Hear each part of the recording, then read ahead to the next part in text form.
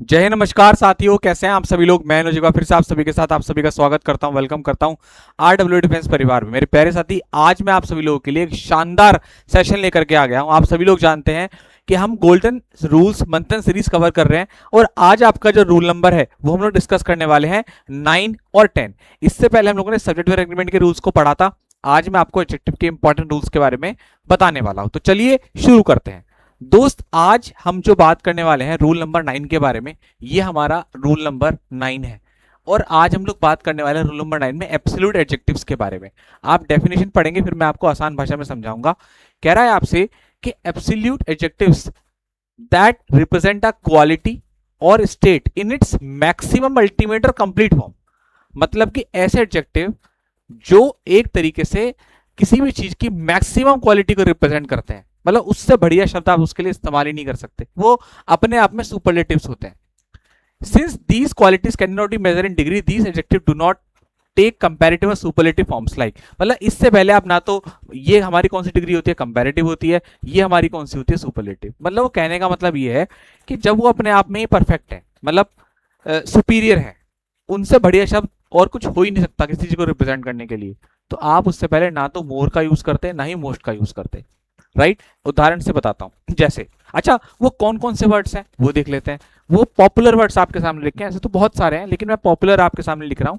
जैसे unique, perfect, complete, dead. अब देखो, डेड से समझाता हूं। अब मान लीजिए कोई चीज है, कोई मर गया है, तो आप क्या बोलोगे? वो ज्यादा मर गया है वो बहुत ज्यादा मर गया है, ये बोलोगे? नहीं भाई, मर गया तो मर गया। अब कोई चीज कंप्लीट है तो क्या बोलोगे? वेरी कंप्लीट है? नहीं, बहुत कंप्लीट। क्या कंप्लीट तो कंप्लीट होता है।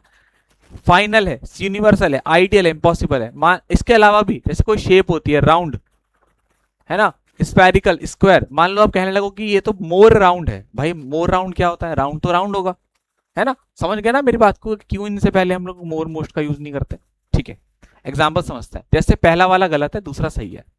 This is the most unique painting. अब सीधी सी बात है यार, जब यहाँ यूनिक वर्ड आ गया और ये अपने आप में एब्सोल्यूट एडजेक्टिव है, तो ये ना तो मोस्ट लेगा ना ही मोर लेगा, तो इसलिए ये वाला गलत होगा आपका। और ये ऐसे लिखा जाएगा, this is a unique painting. ठीक है, ओके। यूनिक आप देखेंगे, आर्टिकल का बता देता हूं। यहां पर जब आप इसको बोलोगे तो यू का साउंड करता है, इसलिए इससे पहले आर्टिकल ए का यूज करते हैं। है वोवल मगर साउंड कॉन्सोनेंट कर रहा है। ठीक है, अब देखिए, हर performance was more perfect. Perfect अपने आप में परफेक्ट है, उसको किसी की जरूरत नहीं है। तो ये गलत हो गया, ये सही हो गया। ठीक है, एक बार आपको मैं इसके क्वेश्चन देता हूं तीन, एक बार आप देखिए।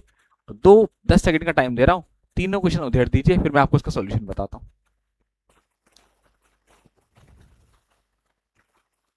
अब देखिए कितना आसान है। पहला क्वेश्चन, भाई आपको पता है आइडियल अपने आप में एब्सोल्यूट एडजेक्टिव है, मोर मत लगाइए। It was the most perfect, भाई ये अपने आप में एब्सोल्यूट एडजेक्टिव है, मोस्ट हटा दीजिए। His explanation was very complete, very हटा दीजिए।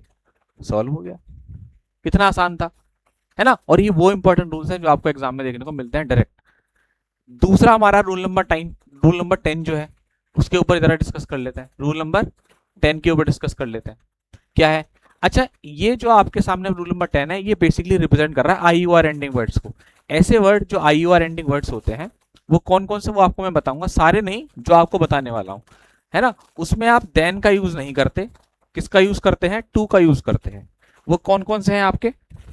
जैसे senior, junior, superior, inferior, prior, आपका एंटीरियर, पोस्टीरियर। ये ऐसे वर्ड हैं आपके जो अपने साथ देन का यूज नहीं करते। किसका यूज करते हैं बेटा?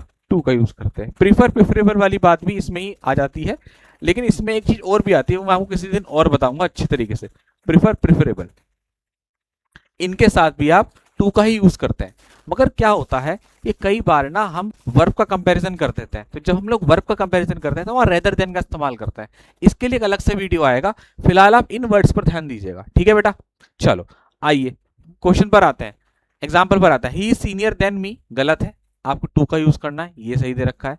This model is more superior. एक बात आपको और याद रखनी है, जो शायद डेफिनेशन में भी कही गई थी, कि याद रखना, एक एडिशनल पॉइंट इसमें ऐड किया गया, ये बड़ा मजेदार है।